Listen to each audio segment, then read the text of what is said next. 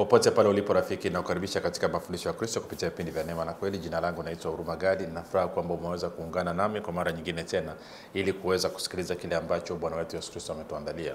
Kumbuka tu mafundisho ya Kristo yanakuja kwako kila siku muda na wakati kama huu, yakiwa na lengo la kujenga na kuimarisha imani yako wewe unanisikiliza, ili uweze kukua na kufika katika cheo cha kimo cha utimilifu wa Kristo. Kwa lugha nyingine, ufike mahali uweze kufikiri kama Kristo, kuzungumza kama Kristo na kutenda kama Kristo.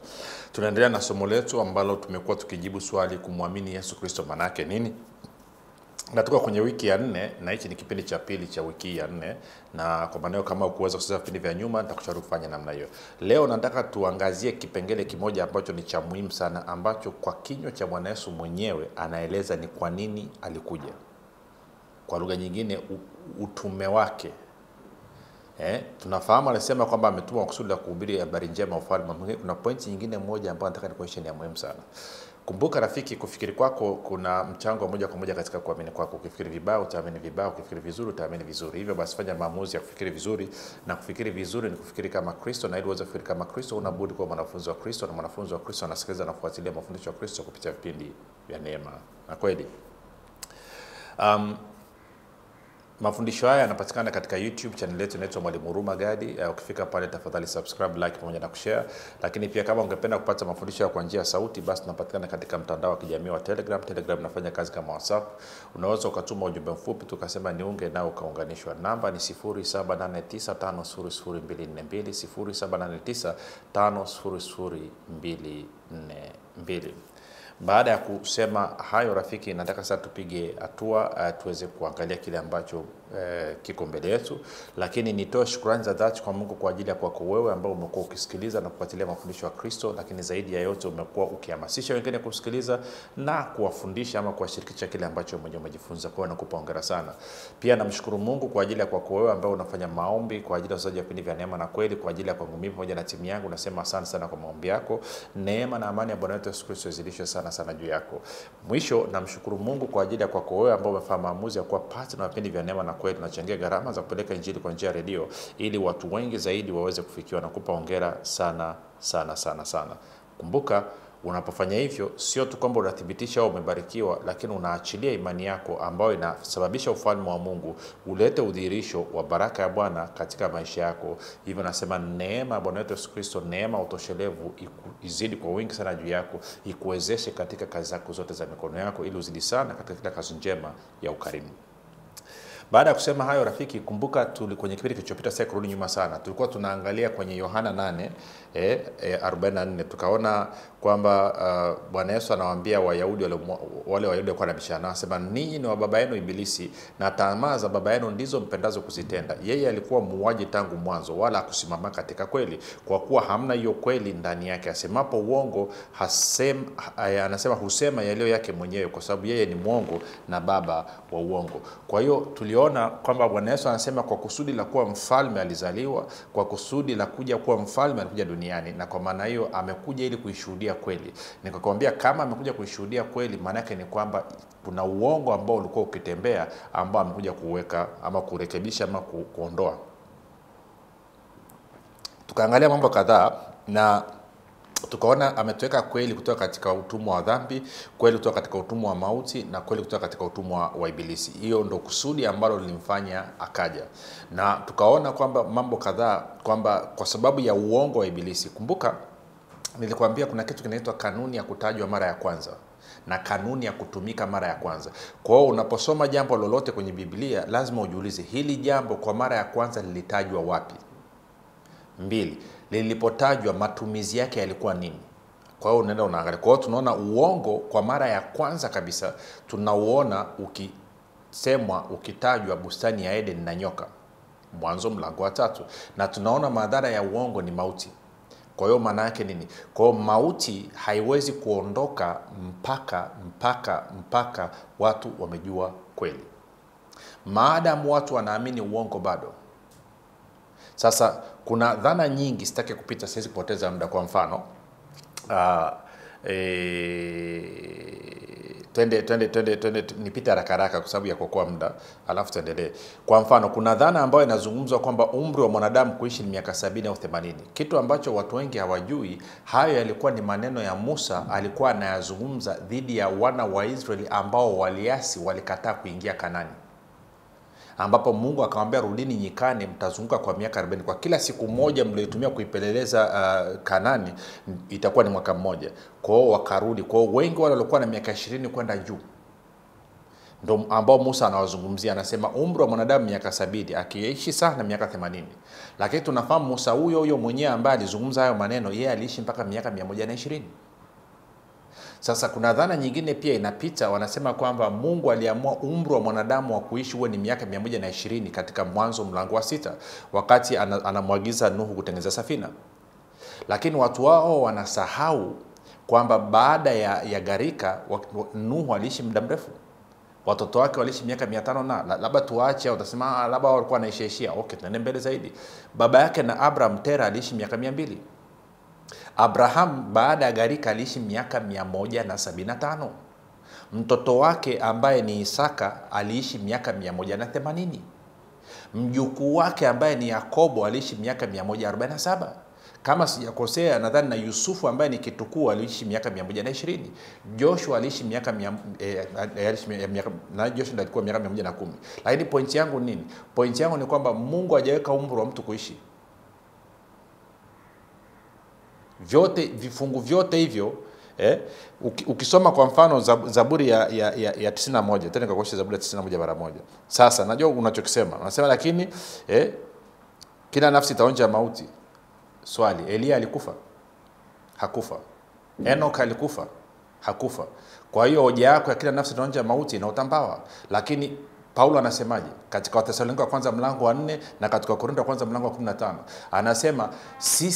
Anasema hatutalala sote, hatutakufa, hatutalala mauti sote. Alafu anasema sisi tutakaosalia wakati wa kuja kwake Bwana wetu Yesu Kristo. Maana ni kwamba Yesu atakaporudi kuna ambao atawakuta wako hai. Sasa uniambia atawaua kwanza alafu ndo awanyakue kama ambavyo wale mnaoamini unyakuo? Hakuna. Kwa sio kila nafsi itaonja mauti, kwa sababu ni mapenzi ya Mungu ni watu waishi muda mrefu. Sasa aliyetufundisha na kutudanganya kwamba tunatakiwa kufa nani? Ni Ibilisi, ambaye yeye ndo muasisi wa mauti, ambaye alileta mauti kupitia uongo. Hebu tuende kwenye Zaburi ya ngapi? Ya 91 chap. Zaburi ya 91, alafu nitakuonyesha sehemu mbili Agano la Kale 91, alafu twende mstari wa 16. Labda nianze nianze mstari wa 14 ili uweze kupata context. Anasema hivi, kwa kuwa amekaza kunipenda nitamuokoa na kumweka palipo juu, kwa kuwa amenijua jina langu. Huyu ni Bwana anazungumza. Anasema ataniita nami nitamuitikia, nitakuwa pamoja naye taabuni, nitamuokoa na kumtukuza. 16, kwa siku nyingi nitamshibisha, nami nitamuonyesha wokovu wangu. With a long life will I satisfy him. Ndio kwa Kiingereza anasema. Ngoja kusema kwenye lugha ya Kiingereza. Manake wengine Kiingereza anasema with long life will I satisfy him. With long life. Sasa wengine wanasahau pia, ukisoma kwenye muda uruhusu tu, lakini tutasoma sehemu mbili. Tende kwenye Kumbukumbu la Torati 30. Na usipopata ushahidi saa nyingine, Kumbukumbu la Torati 30. Anasema hivi, mstari wa 19 na wa 20. Anasema hivi, nazishuhudiza mbingu na nchi juu yenu, Israeli anaambiwa hivi leo, kuwa nimekuwekea mbele yako uzima na mauti, baraka na laana. Chagua uzima ili uwe hai wewe na uzao wako. Mungu anawaambia Israeli wachagua uzima. Sasa nisaidie kitu kimoja. Inawezekanaje Mungu awaambie Israeli chagua uzima, alafu hapo ageuke Israeli wamechagua uzima waue? Haiwezekani. Mapenzi ya Mungu tangu mwanzo ni watu wachague uzima. Sasa angalia, anasema hivi, kumpenda Bwana Mungu wako na kuitii sauti yake, ambayo sauti yake inasema nini? Chagua uzima. Anasema na kushikamana naye, kwani hiyo ndio uzima wako na wingi wa siku zako, upate kukaa katika. Sasa niruhusu nisome kwenye mstari wa 20 kwenye Biblia ya King James, alafu nitafafanua kwa Kiswahili uone, maana Biblia zetu za Kiswahili zingine wanapenda kulikoroga sana.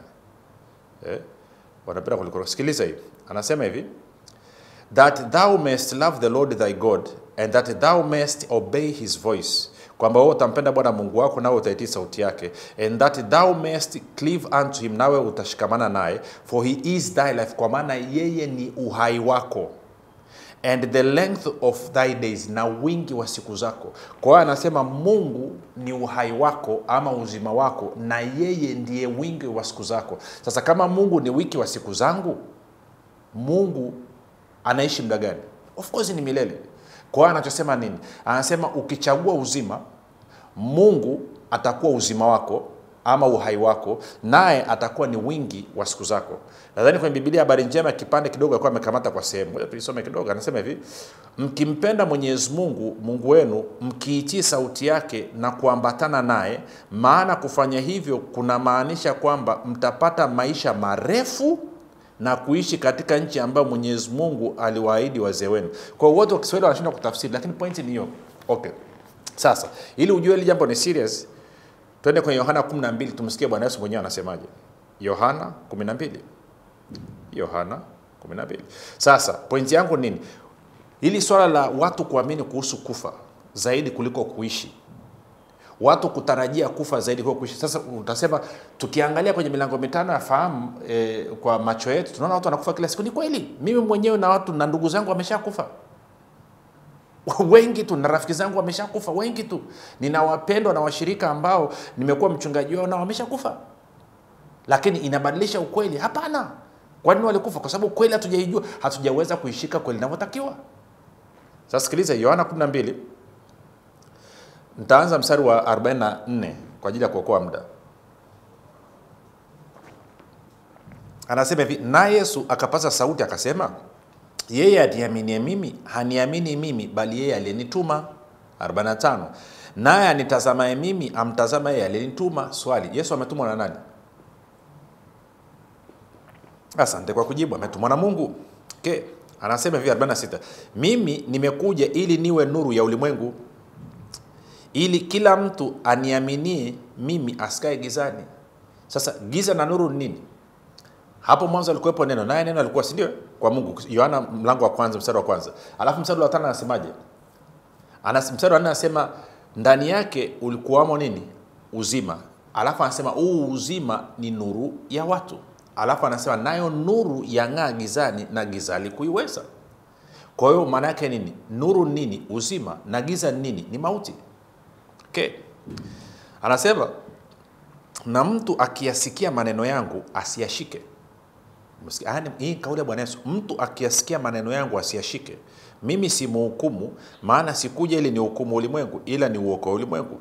Yeye anikataaye mimi, asiyakubali maneno yangu, anaye amhukumuye, neno hilo nilolinena ndilo takalomhukumu siku ya mwisho. 49. Kwa sababu mimi sikunena kwa nafsi yangu tu, bali Baba aliyenituma yeye mwenyewe ameniagiza nitakayoyanena na nitakayoyasema. Nami najua ya kuwa agizo lake ni uzima wa milele. Kwa anasema agizo la Mungu ni uzima wa milele. Adamu aliambiwa achague uzima, akachagua mauti. Israeli wakaambiwa wachague uzima, wakachagua mauti. Na leo hii Bwana Yesu anasema agizo nilotumwa niwaletee ni kwamba Mungu Baba anasema chagua uzima, uzima wa milele. Hilo ndo agizo, hiyo ndo amri ya Mungu. Ona, anasema 50 tena, nami najua ya kuwa agizo lake ni uzima wa milele, basi hayo ninenayo mimi kama Baba alivyoniambia ndivyo ninenavyo. Ndio maana kwa mfano tukirudi mlango wa 10 mstari ule wa 10 anasemaje? Anasema mwivi haji ila aibe na kuchinja na kuharibu, mimi nalikuja ili wawe na uzima kisha wawe nao tele.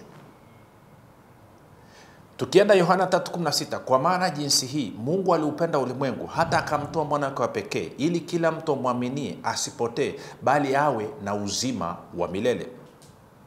Umesikia alivyosema? Kwa maana jinsi hii Mungu aliupenda ulimwengu hata akamtoa mwana wake wa pekee, ili nini? Ngoja tukasome pale. Yohana 3:16 tutasoma mpaka 18.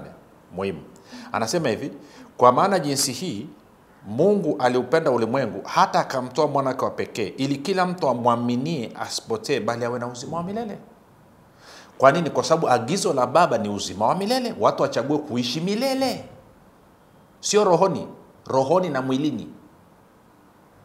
Anaendelea. Unasema kwa nini sasa watu wanakufa? Kwa sababu watu hawajajua kweli, bado wanakumbatia uongo wa ibilisi.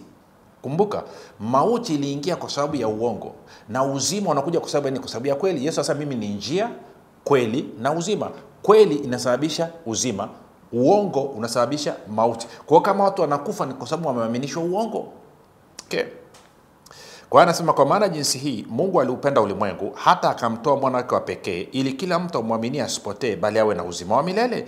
Maana Mungu hakumtuma mwana ulimwenguni ili ahukumu ulimwengu bali ulimwengu uokolewe katika yeye. Angalia 18, amwaminie yeye hahukumiwi, asiyemwamini amekwisha kuhukumiwa kwa sababu hakuliamini jina la mwana pekee wa Mungu.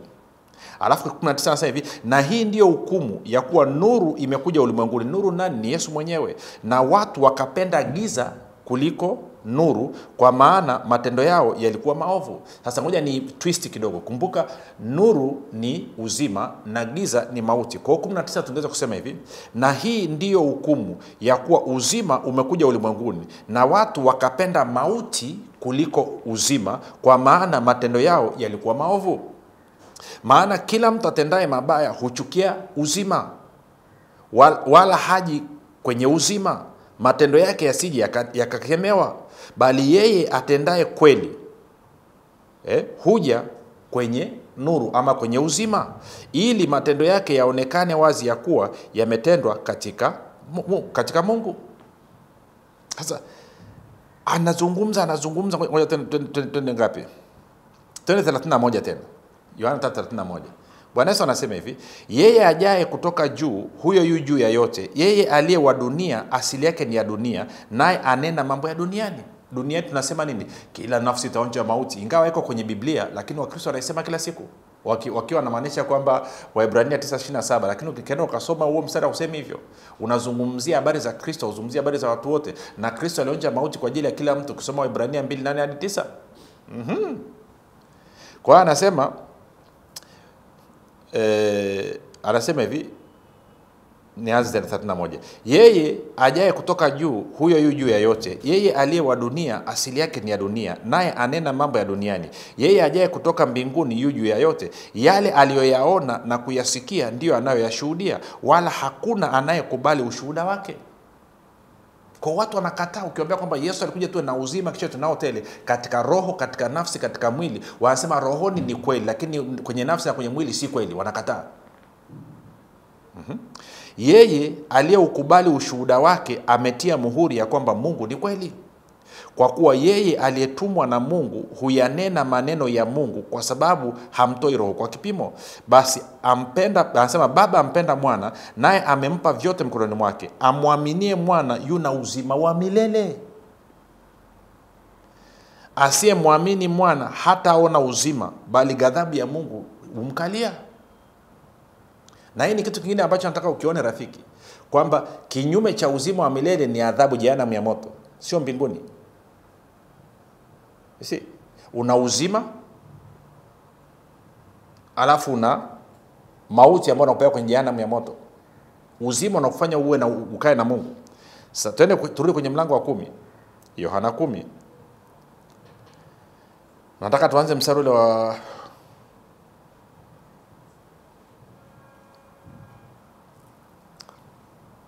tuanze wa 17.